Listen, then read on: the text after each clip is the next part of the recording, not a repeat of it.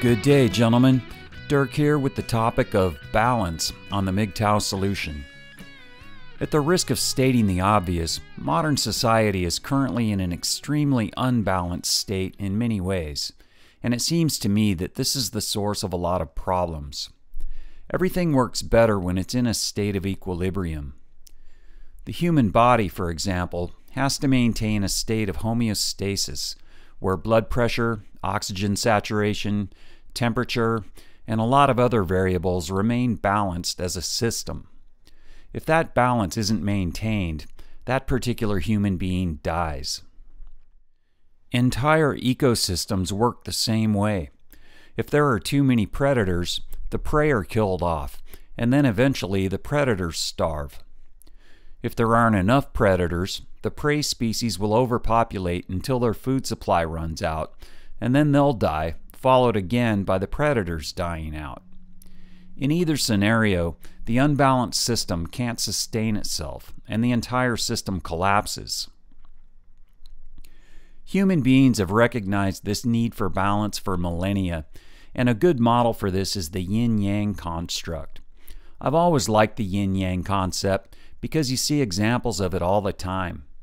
The idea of things being in a natural state of balance makes sense to me. Like if you work out hard, you also need to rest. In working out, you need to push things and also pull things, or you have problems. The forces of nature also tend to balance themselves out, like winter and summer. We have day and night, hot and cold, love and hate, angry and calm, and a million other things. One of those things used to be man and woman, and that's actually a really good example. Prior to feminism, it was accepted that men and women were meant to complement each other's strengths and weaknesses. And of course, strength and weakness are yet another example of the yin-yang concept. You see the same thing in personalities, and I'll be the first to admit that most women possess some positive character traits that I lack. Patience with children, for example. I suck at that. I would never claim that I could do the job of a nanny as good as a woman, because I know I can't. I don't like shopping either, unless we're talking about something like mountain bikes. And most women would say they're better at decorating than me, and that my home needs a woman's touch, because I don't have any clutter. So yeah, women are better at filling houses with useless stuff than I am. But the yin to that yang is that I also have positive traits that most women lack, like problem-solving skills and a strong work ethic. However, one problem I can't solve is that we've had this idea that men and women are exactly the same hammered into our brains, and people refuse to accept that it simply isn't true, despite the evidence. So here we are with a dysfunctional society because feminists have managed to throw the system out of balance. It used to be accepted that men and women have some fundamental differences, and somehow that seemed to work for thousands of years. But now we're supposed to believe that any differences between the sexes are entirely the result of socialization. Socialization that takes place in the mythical patriarchy. By this way of thinking, the model would look like this. This doesn't pass the common sense test. It's an artificial construct created by feminists. Even reasonable women will acknowledge that there are profound differences between men and women. From the yin-yang perspective, you could look at it like feminism is entirely one-sided, and things have been getting more out of balance ever since the first wave, but it really took off during the second wave. So instead of this, we have this. Now, MGTOW is restoring some balance, at least for individual men. Of course, this model represents a balanced system with a roughly 50-50 split, but we all know we're nowhere close to that yet. And if we get there, it'll probably go back to looking like this. Which reminds me of a recent viewer's comment. If it wasn't for feminism, MGTOW wouldn't exist. Think about it. I'm not sure if I took his point correctly, but I took it to mean that feminism was a good thing because it pushed men to go their own way. Okay, that's a nice glass half full way to look at it, but just speaking for me, I don't think feminism was a good thing because now we have MGTOW. I'd probably state it like, if it weren't for feminism, we wouldn't need MGTOW. Think about that. At any rate, you could apply the yin-yang idea to the National Organization for Women. Now currently has 500,000 contributing members, and God knows how many non-contributing supporters. The problem is that we don't have an equivalent national organization for men to keep the system balanced, which is partly why our society is so fucked up for men right now. In fact, if you Google National Organization for Men, you'll land on the National Organization for Men Against Sexism website, which states on their homepage that they are a pro-feminist organization. They're focused on what they call supporting positive changes for men.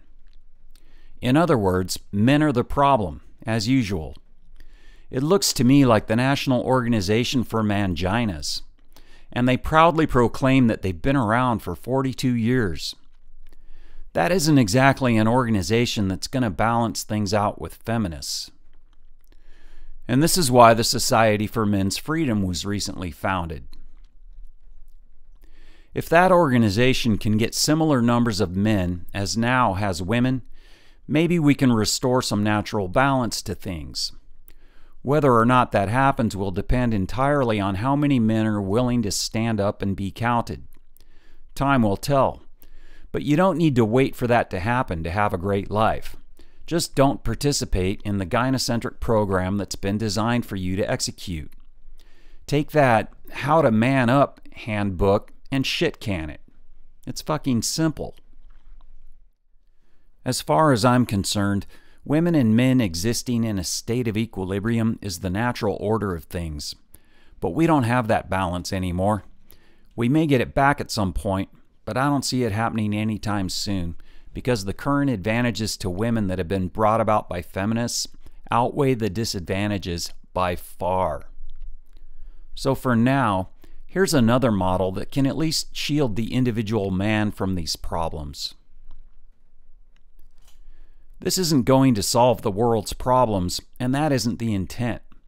The intent is for individual men to solve their individual problems, and simply going your own way solves a lot of them.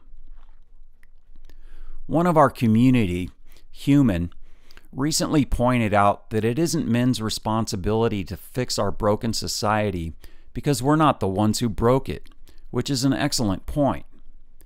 This is the societal equivalent of a woman ignoring the check engine light when it comes on, and when the car finally blows up, she turns to a man to fix it. Fuck that, gentlemen. We can vote, we can defend our sovereignty, and we can raise the bullshit flag on feminism, but men did not create the current clusterfuck, so it's not on us to fix it. Let me close this one out by responding to a viewer's question. I got a comment a while back where the viewer asked, "Solution to what?" referring to the title, The MGTOW Solution. Kind of an ignorant question, and probably a troll, but I'll answer it anyway. MGTOW is the solution to the numerous problems the gynocentric world has created for men. Specifically, divorce rape, false rape charges, sperm jacking, manipulation, greed, criticism, disloyalty, lies, accusations, cheating, deception, hypergamy, assault, gaslighting, and selfishness, to name a few. MGTOW don't have to deal with those things very often. Problem solved. Instead, we choose life, liberty, and the pursuit of happiness. Thanks for listening, guys. Hit subscribe and bang that bell if you think I'm on point, and thumbs up all MGTOW videos to help get the word out. Have a great day.